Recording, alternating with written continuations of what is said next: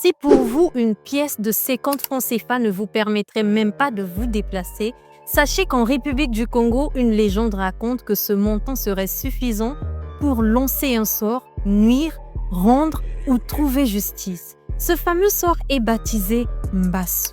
Et aujourd'hui, nous allons essayer de comprendre ce qu'il est réellement. Peuple congolais, histoire.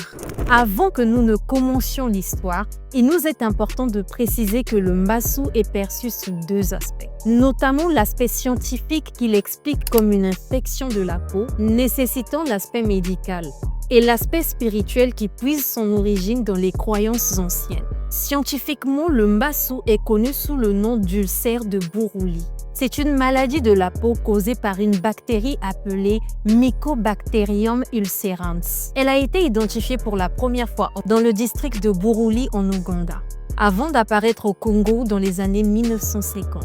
Longtemps ignorée, cette maladie est aujourd'hui qualifiée par l'Organisation mondiale de la santé comme l'une des maladies tropicales négligées. Cependant, dans les croyances congolaises, le Mbassou n'a rien d'une maladie ordinaire. Il est souvent vu comme une malédiction ou une punition spirituelle envoyée par les ancêtres ou les sorciers. Pour beaucoup, il frappe les voleurs, les adultères ou les personnes jalousées.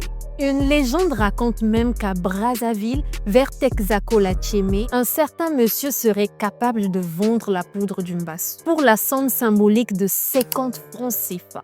Cette poudre de couleur grisâtre serait déposée sur le chemin de la victime ou soufflée vers le coucher du soleil tout en prononçant son nom à voix basse. Selon la croyance, marcher sur cette poudre ou passer sur ce lieu maudit suffirait pour être atteint du Mbassou. Et seule votre innocence pourrait vous aider à retrouver la guérison. Toutefois, sur le plan médical, les chercheurs sont clairs.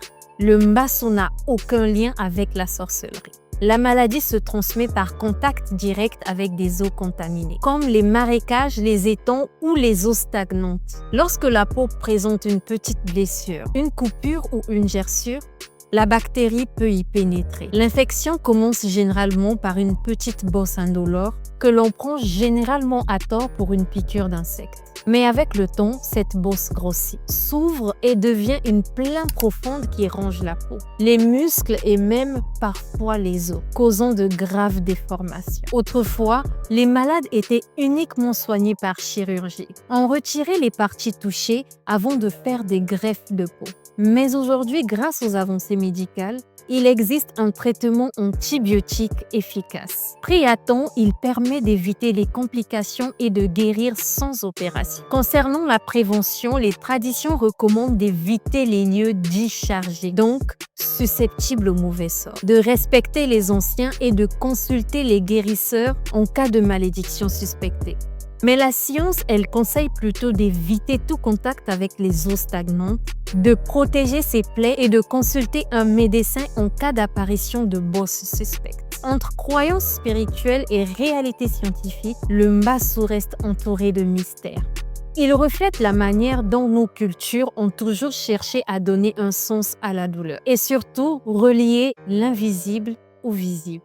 Et vous, que pensez-vous? Le Mbassou est plutôt une maladie spirituelle ou une maladie scientifique? Hâte de vous lire dans les commentaires.